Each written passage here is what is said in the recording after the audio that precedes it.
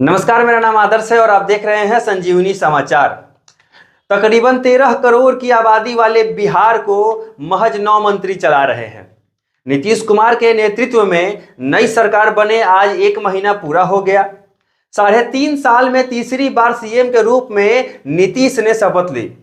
मसलन सरकार बनाने में उन्होंने जितनी हड़बड़ी दिखाई, मंत्रिमंडल विस्तार में उतना ही विलंब कर रहे हैं। नीतीश ने पहली बार 2020 में एनडीए सरकार के मुख्यमंत्री के रूप में शपथ ली थी। दूसरी बार 2022 महागठबंधन सरकार के सीएम बने। अब तीसरी बार वे फिर एनडीए सरकार के मुखिया हैं। लगभग 18 साल से नीतीश कुमार लगातार बिहार के सीएम बनते आ रहे हैं। ऐसा पहली बार हुआ है कि जब उन्हें मंत्रिमंडल विस्तार करने में विलंब करना पड़ रहा है। विलंब के बाबत सीएम कुछ नहीं बोल रहे हैं। अलबत्ता उनके नवरत्नों में से दूसरा कोई बोलता भी है तो उनका जुमला वही घिसा पिटा होता है, मंत्रिमंडल का विस्तार मुख्यमंत्री का विशेषाधिकार है। बिहार में विधानसभा सदस्यों की जितनी संख्या है उस हिसाब से 36 मंत्री बनाए जा सकते हैं। अभी सीएम समेत 9 मंत्री ही सरकार चला रहे हैं। सच सबको पता है, नीतीश कुमार ने जब जब महागठबंधन को छोड़कर एनडीए की सवारी की है वे कमजोर पड़े हैं। वर्ष 2015 में उन्होंने महागठबंधन के साथ चुनाव लड़ा था। महागठबंधन को कामयाबी भी मिली और नीतीश कुमार सीएम भी बने। 2017 में वह महागठबंधन को छोड़कर फिर एनडीए में लौट गए। सीएम की उनकी कुर्सी तो सलामत रही, लेकिन 2020 के विधानसभा चुनाव में उन्हें कामयाब होना पड़ा। उनकी पार्टी जेडीयू को सिर्फ 43 सीटों पर ही कामयाबी मिली।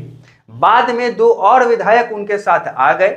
एनडीए में भाजपा को सर्वाधिक सीटें मिली, लेकिन गठबंधन धर्म का निर्वाह करते हुए भाजपा ने सीएम कुर्सी नीतीश को ही सौंप दी। नीतीश अपनी पार्टी के इस दुर्गति का ठीकरा लोजपा नेता चिराग पासवान पर फोड़ते हैं।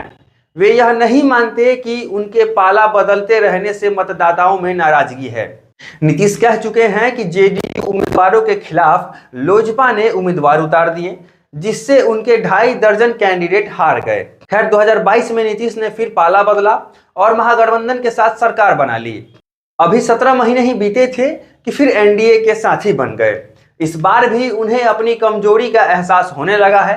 मंत्रिमंडल विस्तार में विलंब उनकी कमजोरी का ही स्पष्ट लक्षण है। नीतीश कुमार के सामने इस बार कई चुनौतियां हैं। अभी तक उनके मंत्रिमंडल में अधिकतम जेडीयू के पुराने चेहरे ही रिपीट होते रहे हैं। इस बार विधानसभा में विश्वास मत के दौरान उन्होंने बाजी तो मार ली, लेकिन इसके पीछे कुछ नए चेहरे भी थे जिन्होंने मंत्री बनने की उम्मीद पाल रखी है। पुराने दिग्गज तो अतिशय विश्वास के कारण उनके साथ बने हुए हैं। सबको पता है कि नीतीश की राजनीतिक जीवन का पराभव काल है। इस बार नहीं तो कभी नहीं जैसा भाव उनके मन में है। अगर ऐसे विधायकों को मंत्री नहीं बनाया जाता है तो जेडीयू में टूट की आशंका से इनकार नहीं किया जा सकता है।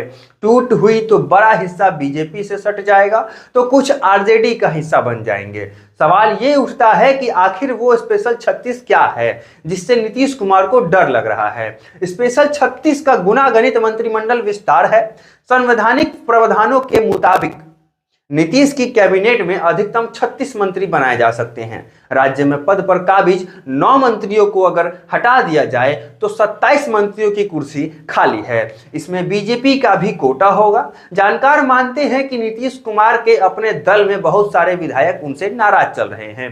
बीमा भारती से लेकर गोपाल मंडल और डॉक्टर संजीव सिंह कई ऐसे चेहरे हैं जो उचित सम्मान नहीं मिलने से नाराज है। नीतीश कुमार को डर है कि कहीं मंत्रिमंडल का विस्तार करेंगे और आशान्वित चेहरों को जगह नहीं मिली तो पार्टी टूट जाएगी। दरअसल नीतीश को 45 विधायकों की संख्या से सर्वाधिक परेशानी हो रही है। महागठबंधन छोड़कर वे इस बार भाजपा से इसलिए सट गए थे ताकि लोकसभा के साथ ही विधानसभा का भी चुनाव हो जाएगा। उन्हें भरोसा है कि जातिगत सर्वे और आरक्षण जैसे कामों का इस बार उन्हें पक्का लाभ मिलेगा। शिक्षकों और दूसरी नियुक्तियों के शुरू हुए सिलसिले का फायदा भी उन्हें यकीनन मिलेगा। आरजेडी ने जब इस कामों का श्रेय लेना शुरू किया तो नीतीश को खटका। उन्होंने अपने को एनडीए से टैग कर लिया।